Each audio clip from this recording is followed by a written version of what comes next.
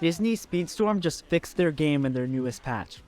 Hey guys, what's going on? Skyliner Productions here, and today we're going to be going over the newest patch in Disney Speedstorm. Now before we get into all the details, be sure to leave a like and subscribe because I'm going to be releasing a ton of Disney Speedstorm content. You're not going to want to miss any of the news that I post on this channel.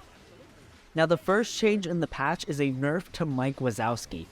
Patch lists that the normal activation of his Hold the Door unique skill will now spawn 1 door instead of 2, but the charged activation will still spawn 2 doors. So now when you're playing as Mike Wazowski and you use your ability, only 1 door is going to spawn in front of you. Unless you charge it, then 2 doors will spawn in front of you. The distance players are teleported by both doors in both directions has been reduced by 10%. Now this is huge. It's going to make Mike Wazowski basically 10% slower every time he gets teleported forward. And if you run into one of Mike Wazowski's doors, you're not going to go quite as far back. The last change to Mike Wazowski is that doors will now disappear after 10 seconds down from 20 seconds. Now this is great because if a door is too far forward and you do not make it in time, or if you're really far back, you won't have to worry about his doors as much. The second change we have is a bunch of buffs to Sully.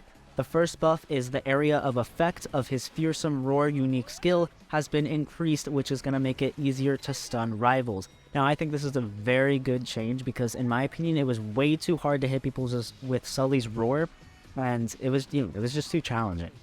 The shape of the AoE has also been adjusted to make it easier to stun rivals, so now it's just again another change that's going to make it easier to use Sully's ability more effectively. The third change is the effect of Fearsome Roar has on rival racers has been changed from a long stun to a shorter stun and now has knockback. Now I'm not sure if this is a buff or a nerf, but I think that it's a good change and will make it less frustrating to play against Sully because you won't be as stunned for long by his ability, but it will knock you back now. And now when you activate Fearsome Roar, it'll refill his boost bar whether he hits racers or not. This is a huge buff to Sully because now when you use his abilities, your boost bar is going to get full no matter what. Sully's going to be able to boost for so long if he gets his special skill.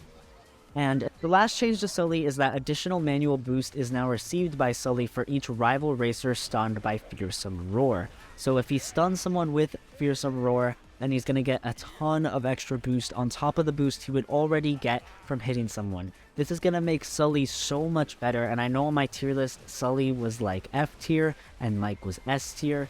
That's honestly going to get pretty close to flip-flopping. I think Sully's going to be A or B tier now, and Mike Wazowski's also going to go down to like the B or A tier. We're just going to have to see how these changes play out.